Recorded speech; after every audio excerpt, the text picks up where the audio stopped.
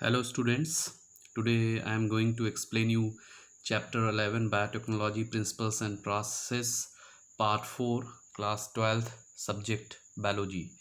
But before explaining, I would like to share and subscribe our YouTube channel so that you may always get an update of new videos. In this part of the chapter, we have to discuss about the vectors for cloning genes in plants and animals. That I had already discussed. Vector is a vehicle that transfer the gene of interest that will be transferred into the host organism, so that it is very useful in the biotechnology. We know the procedure of transferring genes into plants and animals from bacteria and viruses. It is also known how to transfer genes to transform eukaryotic cells and force them to do what the bacteria and viruses requires. Like an example, with the help of example I will explain you, that is Agrobacterium tumefaciens is a pathogen. Agrobacterium tumefaciens is a pathogen of several dicot plants, is able to transfer a piece of DNA known as tDNA.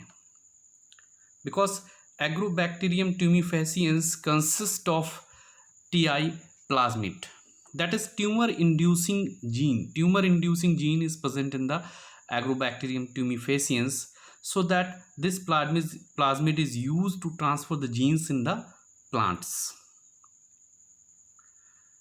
and convert normal this actually the naturally that convert the normal plant cells into tumor and direct these tumor cells to secrete the chemicals required by pathogen. Like similarly in animals, including humans, are able to change normal cells into cancerous cells. How it will be changed into the cancerous cells? The tumor-inducing Ti plasmid of Agrobacterium tumefaciens has been modified into cloning vector, which is not a pathogenic to plant. However, it is still able to use the procedure to deliver the gene of interest into various plants. Like we have to discuss retroviruses that causing cancers in the human being, so that these are very easily these viruses are easily entered into the cells, so that first we have to disarm these viruses. Disarm means whatever the pathogenic quality of the viruses will be destroyed or the disarmed, and then are used to carry desirable genes into animal cells. Thus, once a gene or DNA fragment is joined to a suitable vector, it is transferred into the bacterial plant or animal host, where it goes multiplication. So that basically in plants, that Ti plasmid naturally it causing tumor in the plant, so that easily enters into the cell, so that we have to use the Ti plasmid, tumor inducing plasmid, as a vehicle, so that desired genes we have to transfer into the plants.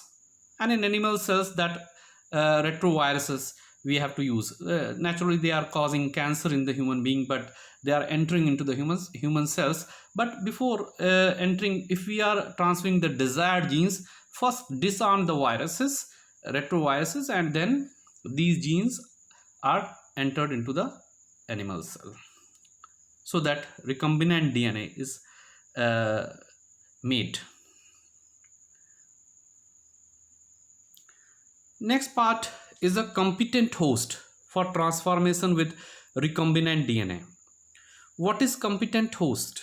Competent host means is essential for transformation with recombinant DNA. DNA is a hydrophilic molecule. It cannot pass through the membrane. So the bacterial cell must be made capable to take up DNA. If the bacterial cells are not capable to take up the DNA, it means how the genes will be transferred. It is not possible, my dear students.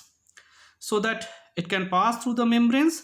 So the bacterial cell must be made capable to take up the DNA. This is done by treating them with a specific concentration of divalent cations. The divalent cations like calcium ions, which increases the efficiency with which DNA enters the bacterium through pores in its cell wall. And recombinant DNA then can then be forced into such cells by incubating the cells with recombinant DNA on ice, followed by placing them briefly at 42 degrees centigrade, that is heat shock, and then again putting them back into on the ice. This enables the bacteria to take up recombinant DNA. So in this way also we have to recombinant DNA is transferred into the host bacterial cell. There are some other method to induce foreign DNA into the host, like microinjection method. Microinjection method is a very common. In this method, recombinant DNA is directly injected into the nucleus of animal cell by using microneedles or micropipette. It is used in oocyte eggs and embryo. So this is one of the technique. We have to enter the DNA into the cell. Another method is electroporation. In this method, the electrical impulse induce transient pores. Electrical impulse induce transient pores in the plasma lemma. Plasma lemma is a membrane, cell membrane, through which the DNA molecules enters the cell. Direct DNA injection. This method, DNA enters into the skeletal muscle, led to the possibility of using gene as a vaccine. This method gave birth to the concept of DNA vaccine or genetic immunization. The most familiar method is gene gun or the ballistics. In this method, DNA coated with the microscopic pellets with the tungsten and gold is literally shot into the target cells. Although it is developed for plants, yet this technique is also used for insert genes into animals that promotes tissue repair. So these are the methods when we are asking the questions how the DNA enters into inside of the cell. So these are the methods we have to use to transfer the recombinant DNA into the host cells. The next part is process of recombinant DNA technology. In this process of recombinant DNA technology, first we have to take out the DNA from the cell and chopping out the DNA into the using recombinant restriction endonuclease enzyme, and after that gel electrophoresis. So we have to sort out the desired gene, that is also known as elution. I had already discussed this thing. So in this method we have to make the recombinant DNA. This gene is introduced into the plasmid, and the plasmid enters into the host cell. And culturing of host cell is a medium large scale extraction of desired product. So that the basic concept of gene is a small part of DNA. First we have to find out the gene, and that gene is that is a central dogma. Gene is responsible for making proteins. So this gene we have to add into the plasmid with the help of DNA ligase enzyme. In this way we have to, these are the process we have to make the recombinant DNA, and the host bacterial cell makes the multiple copies of the desired DNA.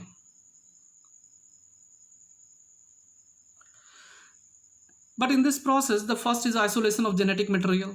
How we have to isolate the genetic material from the cell? It is one of the most important questions. That nucleic acid is DNA or RNA is the genetic material of all organisms, of all organism, means whatever the plants and animals in this world, that all consist of DNA and RNA. It's DNA in majority of the organism. For cutting the DNA with the restriction enzyme, it needs to be pure and free from other macromolecules. It means we have to take out the DNA from the cell that is impure. So many DNA is a negatively charged molecules, so that it react with some other components of the environment, and DNA is impure. Because the DNA is covered by a membrane, it has to break the cell first open to release DNA and other macromolecule like DNA, proteins, polysaccharides and lipids.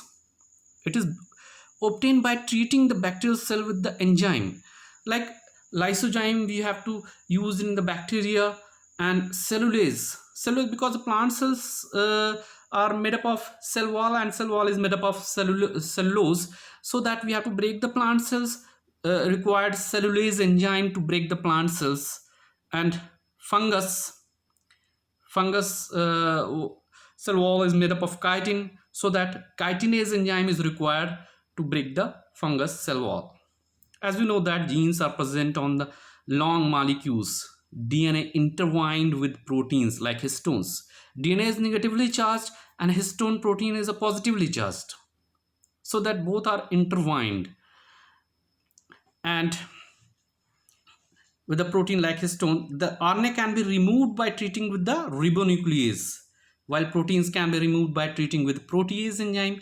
Protease is responsible for the digestion of the protein, and other molecules are removed by proper treatment. The purified DNA finally precipitate out after the addition of chilled ethanol.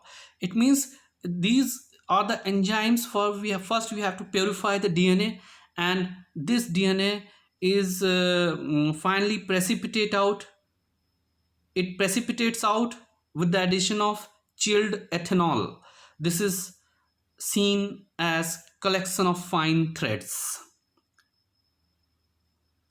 These are the fine threads. DNA that separate out can be removed by a spool. That spooling the thread-like structures, that is DNA. We have to take out from the cells, and different enzymes are working, and we have to take out the purified DNA. First we have to remove the impurities of the DNA, then only we have to this DNA is used for the gel electrophoresis. Chopping out the DNA, first restriction endonuclease is used, and after that we have to use the gel electrophoresis. So we have to sort pieces of DNA, we have to cut from there. That part is known as elution. Next part is cutting of DNA at specific locations. Under the optimal conditions, the purified DNA is cut out by the restriction enzyme. DNA is a negatively charged, that I had already told you. DNA is a negatively charged molecule. It moves towards the positive electrode when we are using the polystyrene plate and spread the gel. Gel is used agar-agar gel, extracted from the algae gelidium, and after that we have to chop out the DNA. DNA is a long polymer, so that we have to add the restriction endonuclease that cut the specific sites of the DNA, and this chopping out DNA we have to enter it into the microvalves. Gel electrophoresis I had already discussed, and after that electrodes, positive and negative, and so that DNA is negatively charged, it moves towards the positive end, so that in this way we have to cut out the DNA. The cutout gene of interest from the source of DNA and the cut vector with the space are mixed, and ligase enzyme is added, so that this gene of interest we have to add into the plasmid vector, that is the extrachromosomal circular body of the bacteria, and after that making this molecule with the help of ligase enzyme recombinant DNA that enters into the host organism, so that it can multiply and making multiple copies of that particular gene of interest. So in this way we have to make the recombinant molecules of the DNA. Now children's, first you have to discuss about the questions like or you have to done at your home in plants. How is alien DNA is introduced into the host cell? Explain the role of TI plasmid in biotechnology. Why must a cell be made competent in biotechnology experiment? Can you recall meiosis and indicate at what stage a recombinant DNA is made?